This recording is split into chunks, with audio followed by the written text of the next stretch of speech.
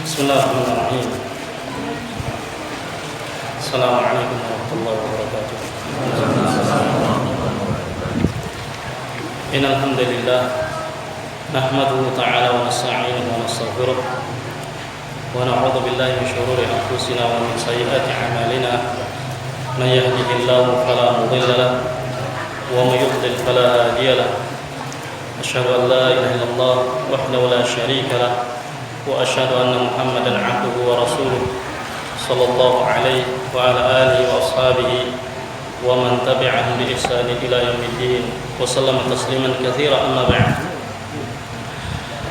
Ikhwati saudaraku semua kaum muslimin rahimani rahimakumullah. Alhamdulillah di malam ini kita bisa bermuajahah, bertatap muka di baitin min buyutillahi tabaraka wa ta'ala dalam rangka kita tawasi bil haqqi wa tawasi bis sabr.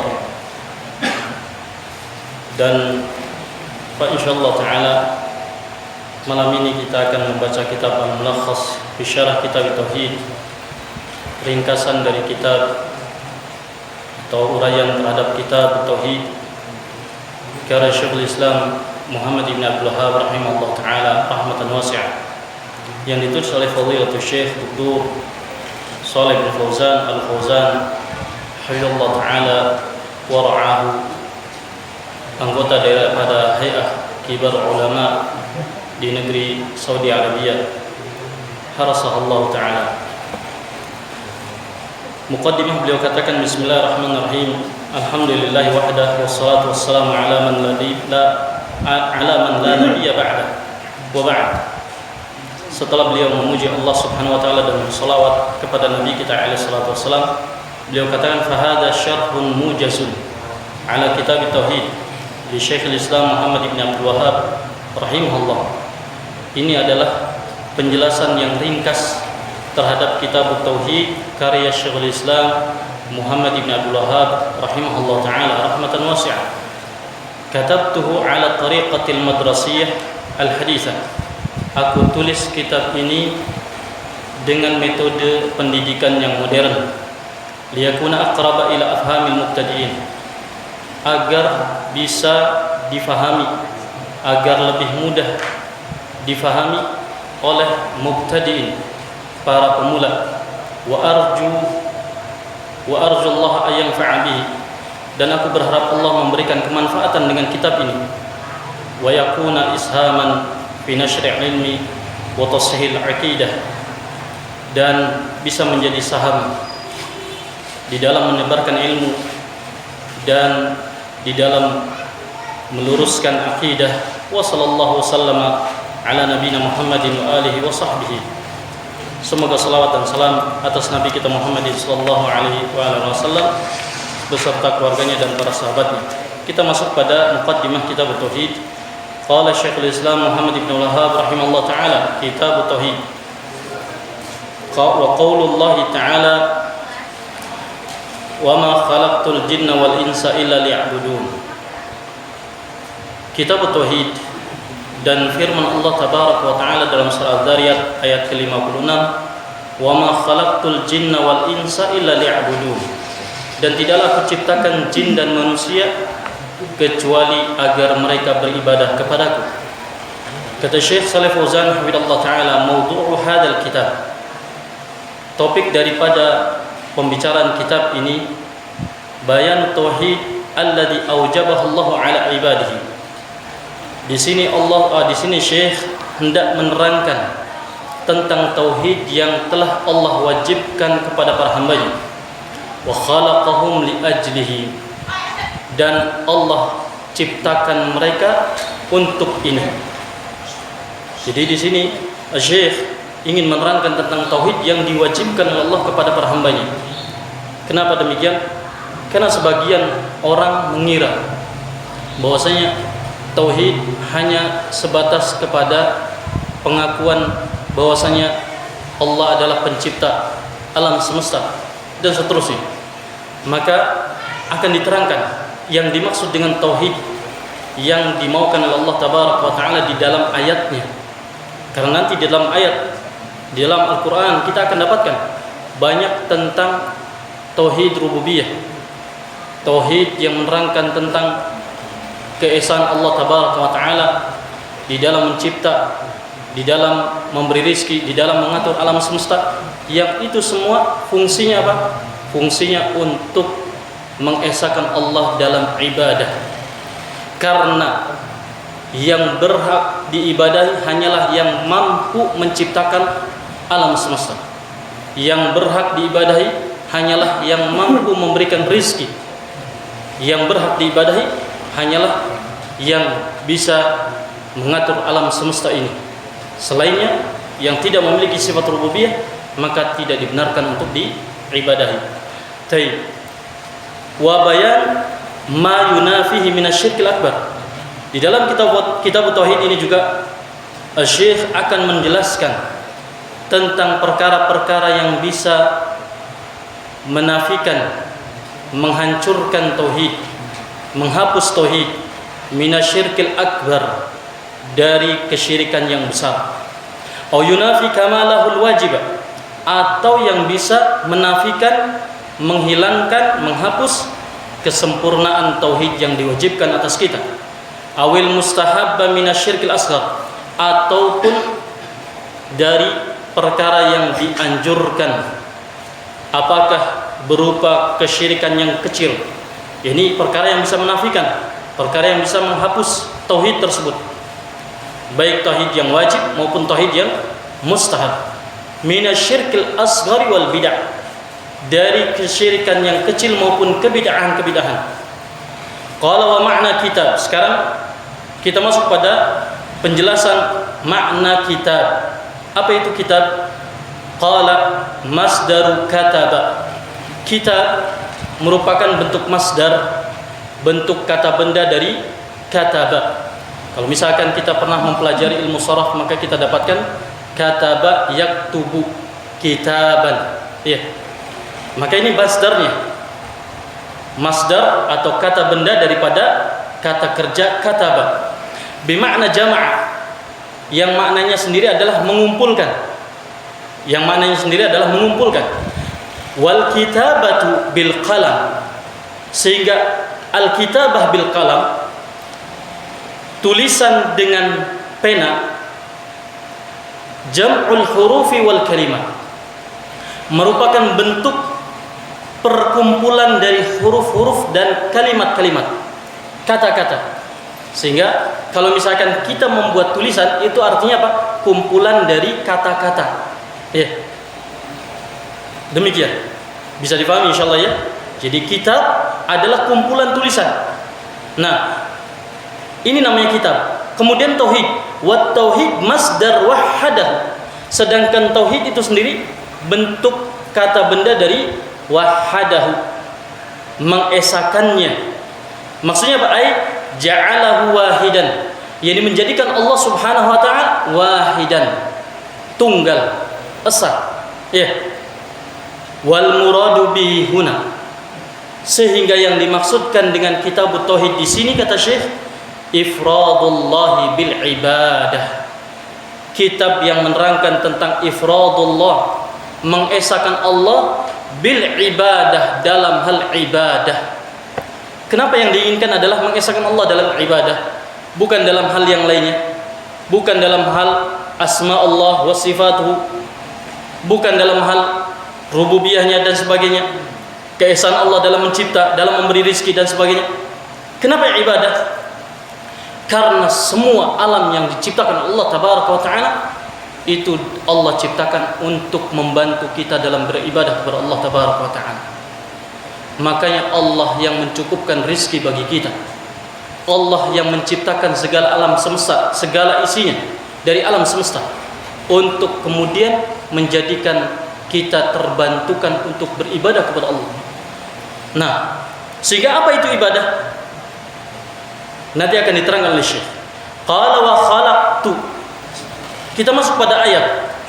Allah tabaraka wa taala mengatakan wa ma khalaqtul jinna, dan tidaklah aku ciptakan jin wal insa, dan manusia, illa liya'budun, kecuali agar mereka beribadah kepadaku. Kata kalimat wa ma khalaqtu kata al-khalqu, kata Syekh Shalih Fauzan hafizahullah taala, qala al-khalqu huwa ibda'u syai' min ghairi aslin wala ihtida'in. Yang dinamakan dengan al-khalqu, kalau kita temukan dalam Al-Qur'an kata khalaqa, ya, maka maknanya apa?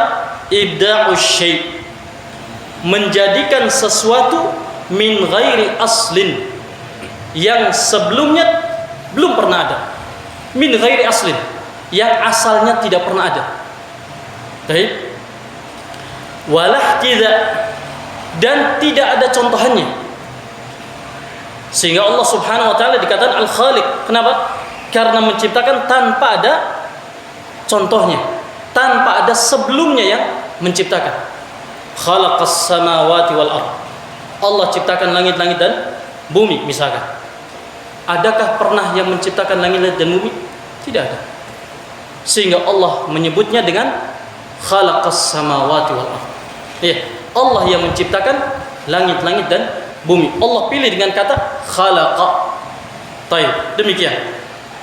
Kemudian apa tujuannya? Liya'budun, agar mereka beribadah kepadaku. Qala al-ibadah fil lughah at-tadhallul wal khudu'. Sedangkan ibadah sendiri secara bahasa maknanya adalah tadhallul wal khudu', merendahkan diri dan tunduk. Wa syar'an, adapun ibadah secara syariat, maksudnya secara istilah, maknanya adalah ismun jami'un.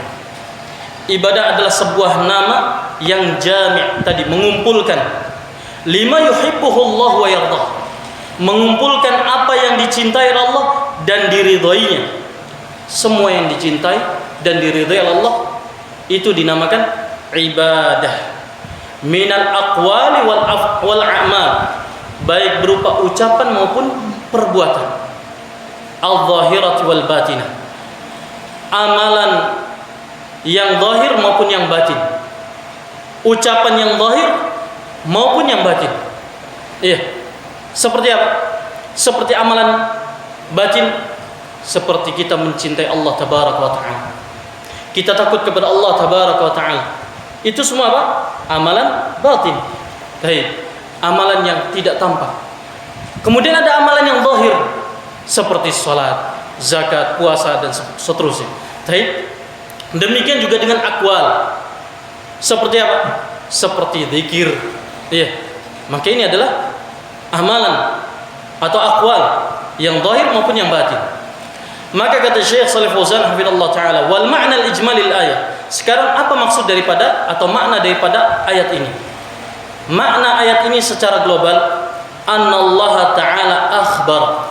Di dalam ayat ini Allah tabaraka wa taala memberitakan kepada kita, memberitahukan annahu ma khalaqal insa wal jinna illa li'ibadatihi, bahwasanya Allah tidaklah menciptakan jin dan manusia illa li'ibadatihi, kecuali agar beribadah kepada Allah semata. Fahiya bayanun lil hikmati fi khalqihim, sehingga ayat ini menjadi penjelas, sebagai penjelasan bagi hikmah dari diciptakan mereka jin dan manusia.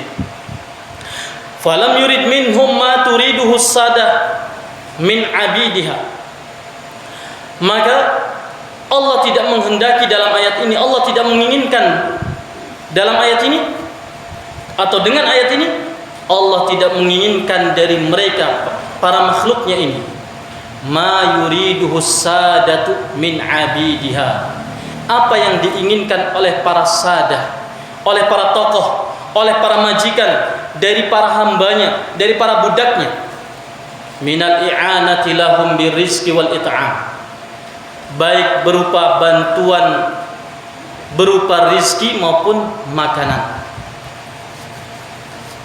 Seorang majikan atau seorang tuan, ketika dia memiliki budak atau memiliki bawahan, mengapa mereka mengangkat bawahan? Mengapa mereka memiliki budak? Tujuannya untuk membantu majikan tersebut, tuannya tersebut, membantu dalam hal mencarikan makan, memenuhi rizkinya dan seterusnya. Tetapi Allah tabaraka wa ta'ala tidak menginginkan itu. Kenapa? Karena setelahnya, ayat setelahnya, Allah menyatakan apa? Ma uridu minhum mir rizkin wa ma uridu ayut'imun. Ma uridu minhum mir rizkin, karena aku, kata Allah Ta'ala, tidak menginginkan dari mereka sebuah rizki pun.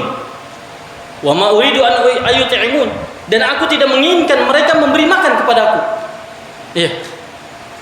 Kenapa? Innallaha huwar razzaq. Karena sesungguhnya Allah lah Ar-Razzaq, Maha pemberi rizki. Dzul quwwatil matin.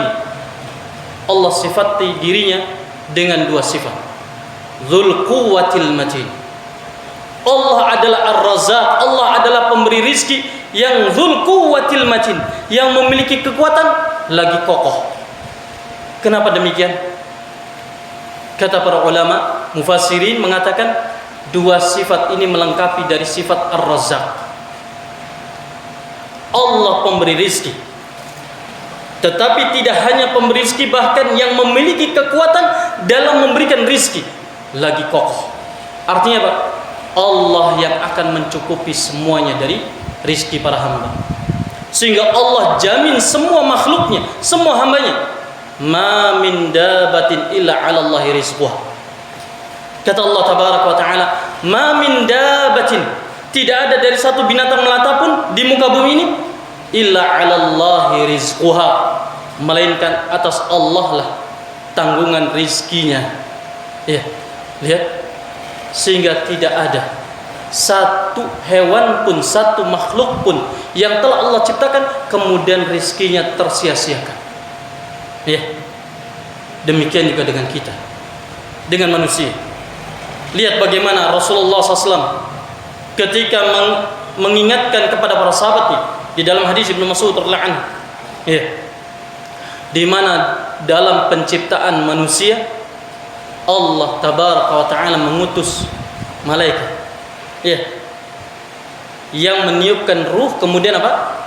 Juga membawa 4 perkara.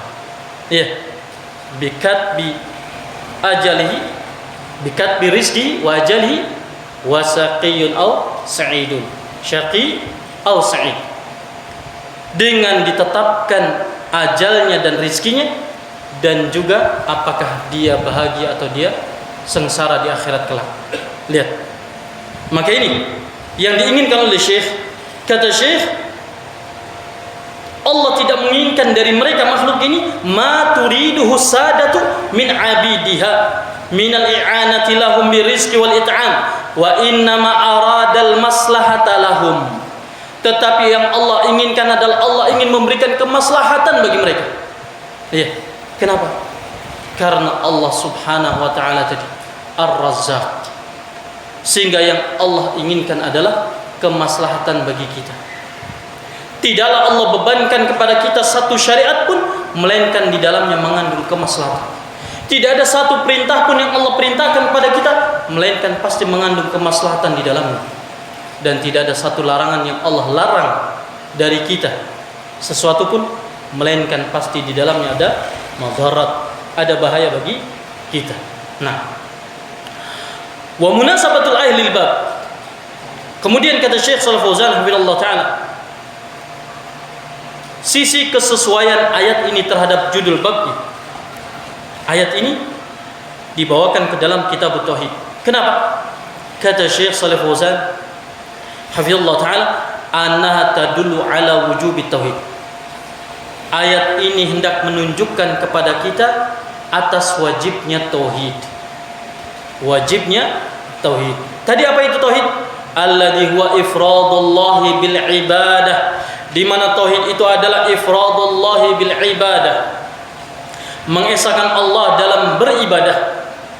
Li'annahu ma khalaqal jinna wal insa illa li ajli dzalik, karena sesungguhnya Allah tidaklah menciptakan jin dan manusia kecuali hanya untuk ini, agar mereka beribadah kepada Allah. Coba kalau kita lihat, kita perhatikan ayat yang pertama kali yang Allah perintahkan dalam Al-Quran tidak lain adalah masalah tauhid. Kalau kita baca di dalam Al-Quran dari surah Al-Fatihah, ya, perintah yang pertama kali yang Allah berikan adalah tauhid, yaitu dalam surah Al-Baqarah. Ya. Maka Allah Subhanahu wa taala menyatakan, "Ya ayyuhan nasu ubudu rabbakumul ladzi khalaqakum wal ladzina min qablikum la'allakum tattaqun." Ya ayyuhan nas, wahai segenap manusia, dengan alif lam listighraq. Ya. Karena an-nas walaupun lafadznya lafadz mufrad tetapi maknanya jamak. Ya. Walaupun lafadznya mufrad tunggal tetapi apa maknanya jamak? Artinya maknanya banyak, manusia. Lafadznya tunggal tetapi maknanya banyak. Karena manusia, seluruh manusia. Ya ayuhan nas, wahai segenap manusia, u'budu rabbakum, beribadahlah kalian kepada Rabb kalian. Lihat, perintah yang pertama kali yang ada dalam Al-Quran, yang sebelumnya belum pernah ada lafaz perintah di situ. Kalau kita baca dari surah Al-Fatihah terus sampai An-Nas, cuma ada dalam yang pertama kali perintah yang pertama kali kita temukan adalah dalam surah Al-Baqarah ini. Dan inilah awal perintah dalam Al-Quran, yaitu tentang tauhid. Baik. Nah, sehingga kata Syekh, inilah tujuan Allah menciptakan jin dan manusia, illa li ajli dzalik, tidak lain kecuali untuk tujuan itu. Berarti apa faedah yang kita bisa ambil dari ayat ini? Qala ma yustafadu minal ayah. Kata Syekh Shalih Fauzan hafizallahu taala, yang bisa kita ambil dari ayat ini, faedah yang bisa kita ambil dari ayat ini, awalan yang pertama, wujubu ifradillahi bil ibadati ala jami'i thaqalain. Wujubu ifradillah, wajibnya mengesahkan Allah bil ibadah, di dalam beribadah, ala jami'i thaqalain, terhadap semua thaqalain. Maksudnya thaqalain al jin wal ins, ya, jin dan manusia. Kenapa dinamakan thaqalain? Para ulama mereka mengibaratkan atau mengungkapkan kenapa dinamakan dengan thaqalain dalam banyak ungkapan, tetapi maknanya sama, maknanya hampir sama, hampir serupa. Baik. Di antaranya adalah diterangkan oleh Hafidz Ibn Hajar Asqalani Asy-Syafi'i rahimahullah taala di dalam kitabnya Fathul Bari Syarah Sahih Bukhari pada juz yang ketiga halaman 240, beliau katakan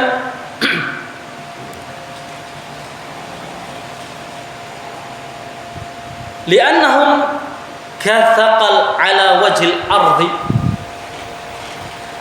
mereka dikatakan thaqalain karena seakan-akan mereka ini sebagai beban di atas muka bumi.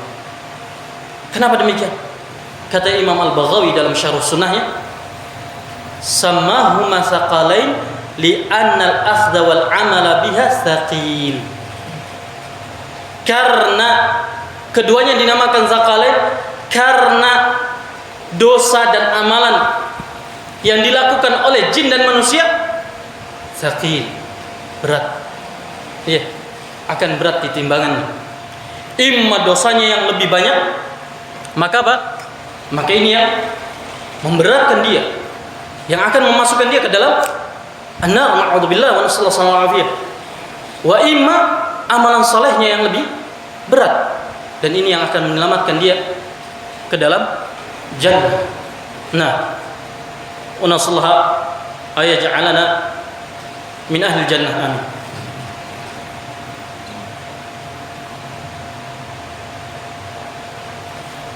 Kemudian dikatakan juga wa qila li annahuma fadlan bitamyiz ala sa'iril hayawan. Ada juga yang mengatakan bahwasanya jin dan manusia ini dinamakan thaqalain karena keduanya memiliki keutamaan yang berbeda dibandingkan dengan hewan-hewan lainnya, ya, dari makhluk lainnya. Jin, manusia, dia memiliki keistimewaan. Di antara istimewanya apa? Karena keduanya dibebankan syariat. Ya, baik. Dan masih banyak dari pendapat para ulama yang lainnya demikian. Kenapa mereka berdua atau dua kelompok ini dinamakan dengan sakalain? Yang kedua, bayanul hikmah min khalqil jin wal ins. Di dalam ayat ini ada penjelasan tentang hikmah dari diciptakannya jin dan manusia. Itu agar mereka beribadah kepada Allah tabaraka wa taala. Karena semua kehidupan kita manusia itu adalah ibadah. Ya. Kenapa? Karena Rasulullah SAW mengatakan apa? Ajaban li amril mu'min. Inna amrahu kullahu lahu khair. Wa laysa dzalika illa lil mu'min. Kata Rasulullah SAW, ajaban li amril mu'min. Sungguh menakjubkan urusannya seorang mukmin. Urusannya setiap mukmin. Inna amrahu kullahu lahu khair. Karena setiap urusannya mukmin adalah kebaikan bagi dia. In asabathu syarra syakar. Wa dzalika khairul lahu. Yang kata Nabi alaihi salatu wasallam, kalau seorang mukmin itu ditimpa kelapangan, kemudahan, kebahagiaan, maka dia akan bersyukur, dan itu adalah kebaikan baginya. Wa in asabathu dharra, dan kalau seorang mukmin itu ditimpa kesulitan, musibah, ujian, cobaan, sabar, maka dia akan bersabar. Wa dzalika khairun lahu, dan itu adalah kebaikan baginya. Lihat, semuanya baik. Yang kalau mendapatkan kelapangan dia akan bersyukur. Yang kata Allah tabaraka wa taala, la in syakartum la azidannakum. Ya. Kalau kalian bersyukur, aku akan tambahkan untuk kalian. Tetapi kebanyakan kita apa? Tidak pandai bersyukur. Kalau ditimpa sedikit musibah, melupakan sekian banyak kenikmatan. Padahal kenikmatan yang sudah kita dapatkan lebih banyak kalau kita banding-bandingkan, kalau kita hitung-hitung kenikmatan yang kita dapatkan dari mulai menghirup udara sampai kita memejamkan mata, semuanya adalah kenikmatan. Yang ketika kita memejamkan mata, kita diperintahkan Allah tabaraka wa taala, diperintahkan oleh Rasulullah SAW untuk apa? Untuk berzikir kepada Allah tabaraka wa taala. Bukankah itu kenikmatan? Ketika kita ingat kepada Allah, ala bidzikrillah tatmainnul qulub. Ingatlah, dengan zikir kepada Allah akan apa? Menenteramkan hati. Sehingga dia yastarih, istirahat dengan apa? Dengan tenangnya, dengan damainya. Kemudian ketika dia membuka matanya pun, dia juga diperintahkan, dianjurkan untuk berzikir kepada Allah tabaraka wa taala. Alhamdulillahilladzi ahyana. Ini adalah kenikmatan yang besar. Tetapi sadaqallahu azim, wa qalilun min ibadiyasy syakur. Teramat sedikit dari hambaku yang mau bersyukur. Maka ikhwati barakallahu fikum, ini ikhwati a'azani wa zakumullah, di dalam ayat ini ada penjelasan tentang hikmah dari diciptakannya jin dan manusia. Sehingga apa benar diciptakannya jin dan manusia semuanya untuk ibadah? Setiap kehidupan dia ibadah. Kita katakan apa? Ibadah semua. Dari mulai memejamkan mata sampai membuka mata kembali, dari mulai membuka matanya sampai memejamkan matanya kembali, semuanya mengandung ibadah. Karena ibadah adalah ismun jami'un likulli ma yuhibbuhu Allah wa yardah min al-aqwali wal a'mal zahirah wal batinah. Namanya ibadah adalah semua yang dicintai oleh Allah dan diridainya. Semua yang dicintai oleh Allah dan diridai. Nah, dari ucapan maupun perbuatan yang tampak maupun yang tersembunyi, semuanya. Nah, baik, maka itu akan bernilai ibadah. Tinggal bagaimana kita jadikan amalan kebiasaan kita menjadi ibadah. Itulah namanya butuhnya apa? Niat. Kenapa disyaratkannya niat dalam ibadah? Karena ini untuk membedakan antara adah dengan ibadah, untuk membedakan antara kebiasaan dengan ibadah. Nah, mandi kita misalkan, mandi kita bernilai biasa. Kalau apa? Kalau tidak diniatkan untuk ibadah. Bagaimana caranya meniatkan ibadah? Kita meniatkan agar tubuh kita segar, terbebas dari penyakit dan sebagainya, agar kita semangat dalam beribadah. Lihat, berarti apa? Kita akan mendapatkan nilai pahala ibadah. Sehingga para ulama mengatakan apa dalam kaidah usul fikih? Ma la yatimmu bil wajib illa bihi fahuwa wajib. Apa yang bisa menyempurnakan suatu kewajiban tidak akan bisa sempurna kecuali dengan perkara tersebut, maka perkara tersebut juga menjadi wajib. Demikian. Baik. Yang ketiga, annal khaliqa huwa alladhi yastahiqul ibadah. Lihat, di dalam ayat ini juga Allah hendak menerangkan bahwa al-khaliq, sang pencipta, huwa alladhi yastahiqul ibadah, dialah satu-satunya yang berhak untuk diibadahi. Nah, makanya lihat, ketika muhajah antara Ibrahim alaihissalatu wassalam dengan kaumnya, apa yang diingatkan oleh Ibrahim alaihissalatu wassalam? Tentang rububiyah Allah tabaraka wa ta'ala. Dikatakan Allah bisa menghidupkan dan mematikan. Ketika kaumnya mengatakan, kami juga bisa menghidupkan dan mematikan. Dan ketika Ibrahim alaihissalatu wassalam mengatakan Allah bisa mendatangkan matahari, menerbitkan matahari dari tempatnya, maka mereka apa? Tidak bisa mendatangkan atau menghadirkan matahari dari tempat. Lihat. Demikian juga muhajah antara para anbiya dengan yang lainnya. Mereka akan bertanya kepada mereka, man khalaqas samawati wal ard, siapa yang telah menciptakan langit-langit dan bumi? Demikian seterusnya. Selalu diingatkan siapa yang menciptakan, siapa yang menghidupkan, siapa yang mematikan. Lihat. Dalam rangka apa? Karena inilah yang berhak untuk diibadahi. Siapa yang tidak memiliki sifat seperti ini, maka tidak pantas untuk diibadahi. Lihat ketika Ibrahim alaihissalatu wassalam menghancurkan semua berhala, kemudian menyisakan satu patung yang paling besar. Apa kata mereka? Ketika mereka bertanya kepada Ibrahim tentang siapa yang telah menghancurkan berhala sesembahan-sesembahan mereka, mereka anggap itu adalah ilah mereka, Tuhan-Tuhan mereka, sesembahan mereka. Maka kata Nabi Allah Ibrahim alaihissalatu wassalam apa? Coba tanyakan kepada yang satu ini. Maka mereka hanya bisa saling memandang. Kenapa? Karena ini tidak bisa berbicara. Kalau tidak bisa berbicara, bagaimana kamu bisa menyatakan ini berhak untuk diibadahi? Untuk berbicara saja tidak bisa. Untuk diajak berdialog, bermunajat saja tidak mampu. Bagaimana? Demikian.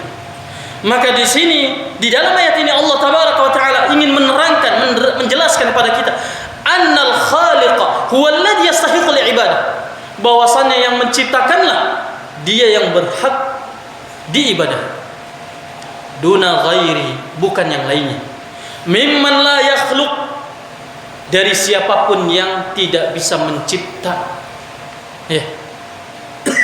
Nah, kalau sekarang ada yang mengaku-ngaku saya juga bisa menghidupkan dan mematikan, seperti Fir'aun, mengatakan juga demikian, ana rabbukumul a'la, saya adalah Rabb kalian yang paling tinggi katanya, dengan mengatakan apa? Saya juga bisa menghidupkan dan mematikan. Tetapi ketika dibawakan dengan sifat-sifat rububiyah Allah tabaraka wa taala yang menjadi kekhususan bagi Allah tabaraka wa taala, maka Fir'aun tidak bisa memenuhinya. Ketika tidak bisa memenuhinya, berarti Fir'aun tidak pantas untuk diibadahi. Demikian juga dengan yang lain. Sehingga kata Syekh Shalih Fauzan, fa fi hada, maka di dalam ayat ini raddun ala ubadil asnam wa ghairi.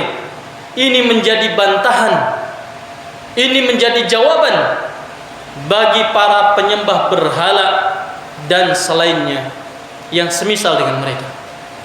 Mereka-mereka yang mau bermunajat kepada ashabul kubur, al-amwat, orang-orang yang sudah mati.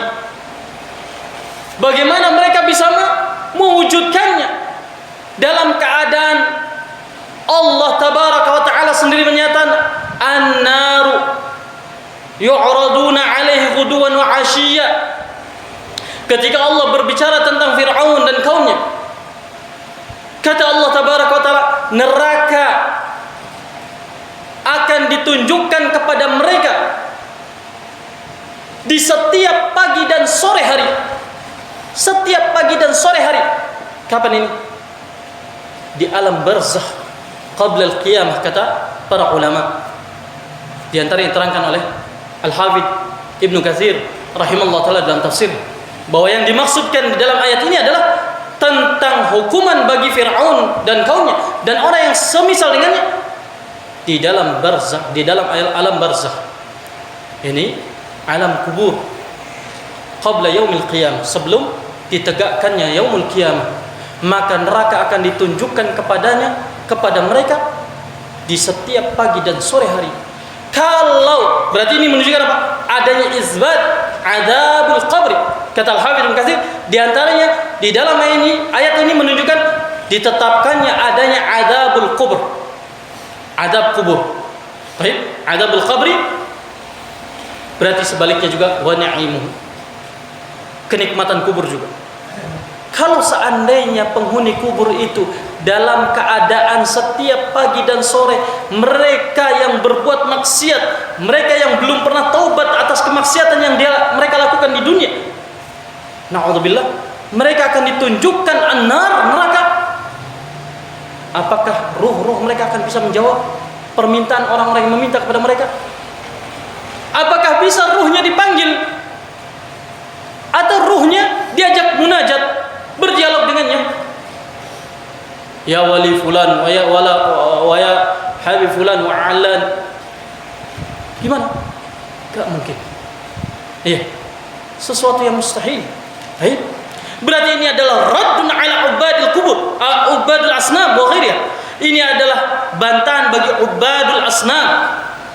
Bantahan bagi para penyembah berhala dan yang lainnya. Rabi'an, yang keempat, bayanu ghinallahi subhanahu wa ta'ala an khalqihi. Di sini ada penjelasan tentang maha kayanya Allah terhadap makhluknya. Karena Allah menyatakan apa? Tidak butuh dari mereka pemberian makan maupun rizki. Wa hajatil khalqi ilaih. Allah tidak butuh kepada makhluknya. Li'annahu huwal khaliq, karena Allah lah yang menciptakan segala sesuatu. Wa hum makhluqun, sedangkan mereka adalah para makhluk. Dan yang terakhir, yang kelima, isbatul hikmati fi af'alillahi subhanahu. Di sini berarti ditetapkannya adanya hikmah tentang af'alillahi subhanahu wa ta'ala, tentang amalan-amalan atau perbuatan-perbuatan Allah tabaraka wa ta'ala, di mana Allah subhanahu wa ta'ala memberikan rizki, mengatur alam semesta, mencipta ini dan itu semuanya. Nah, berarti di sini menunjukkan adanya sifat-sifat bagi Allah tabaraka wa ta'ala yang maha tinggi dan maha mulia, yaliqu bijalali, yang tentunya sesuai dengan kemuliaan Allah subhanahu wa ta'ala. Nah, demikian ikhwati saudaraku semua rahimani wa rahimakumullah. Barangkali ada yang kurang difahami atau mau ditanyakan dari muqaddimah ini, insyaallah taala kita akan jawab ala ma tayassar semampu saya insyaallah taala. Kalau tidak ada, walhamdulillah, ya naktafi bi hadzal qadar insyaallah. Kita cukupkan sampai di sini. Kalau misalkan tidak ada, tapi kalau ada, tafadhol, silakan. Adzan dulu ya. Baik. Insyaallah pada adzan insyaallah. Nah. Baik. Tafadhol. Ada yang mau tanyakan silakan. Sambil waktu iqamah insyaallah.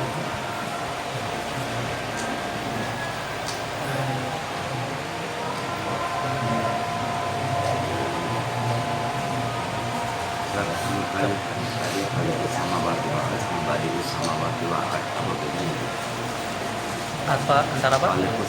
Nah, baik. Jazakallahu khairan. Di dalam Al-Quran disebutkan ada lafaz khalaqas samawati wal ard, ada juga badi'us samawati wal ard. Gitu ya. Nah, kata khalaqa dikatakan tadi adalah ja'ala asy-syai' min ghairi ibda'in wal ihtida'in. Menjadikan sesuatu tanpa ada asal-muasalnya maupun contohnya. Demikian juga dengan badi'us samawati wal ardh. Sesungguhnya dua lafaz ini sama, maknanya sama, menciptakan juga, membuat juga. Ja'ala syai'a min ghairi aslin wal ihtida', sama. Baik. Kemudian apa letak perbedaannya? Sahabat Umar bin Khattab radhiyallahu anhu ketika menerangkan tentang salat tarawih, beliau radhiyallahu anhu mengatakan ni'matil bid'atu hadhihi, ni'matil bid'atu hadhihi, sebaik-baik bid'ah adalah ini. Kenapa dikatakan salat tarawih? Yang maksudnya adalah salat tarawih secara berjamaah adalah kebid'ahan, karena secara bahasa maknanya bid'ah adalah dari kata itu. Ya. Dari kata apa? Bada'a, yabda'u. Ya. Bid'ah, bid'atan. Demikian juga ketika Rasulullah SAW sebagaimana dalam ayat disebutkan ma kuntu bid'an minar rusul. Kata Allah tabaraka wa taala, kul, katakan wahai Nabi, ma kuntu bid'an, aku bukanlah bid'an minar rusul. Artinya apa? Orang yang pertama kali tanpa ada yang sebelumnya. Nah, sehingga dari sini para ulama mengatakan antara kata badi' dengan khalaqa atau bada'a dengan khalaqa ini maknanya sama. Yaitu apa? Ja'ala syai'a min ghairi aslin wal ihtida'. Menjadikan sesuatu tanpa adanya asal muasal maupun tanpa adanya contoh. Nah, maknanya sama. Hanya beda lafaz saja. Sehingga digunakan dengan dalam perkara yang sama. Kita kembali kepada ucapan Umar bin Khattab radhiyallahu anhu. Kenapa dikatakan bid'ah? Sebaik-baik bid'ah adalah ini karena Rasulullah SAW tidak pernah melakukan salat tarawih secara penuh 1 bulan penuh secara berjamaah. Ketika dilakukan oleh sahabat Umar bin Khattab ketika memerintahkan sahabat Ubay bin Ka'ab radhiyallahu anhu sebagai qari'nya bagi kaum laki-laki dan kepada Ali bin Abi Thalib radhiyallahu anhu sebagai qari'nya bagi atau imamnya bagi para wanita, maka apa?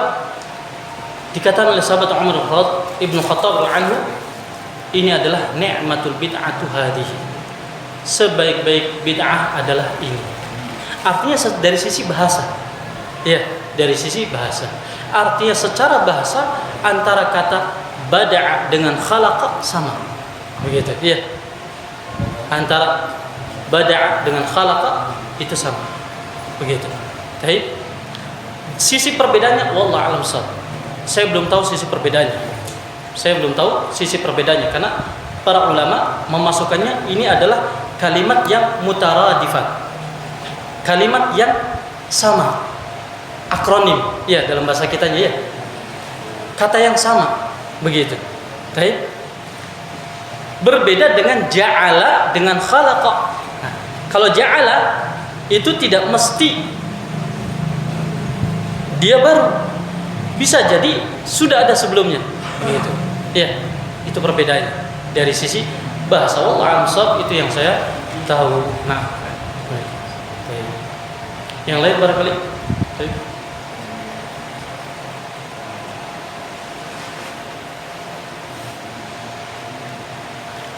Nah,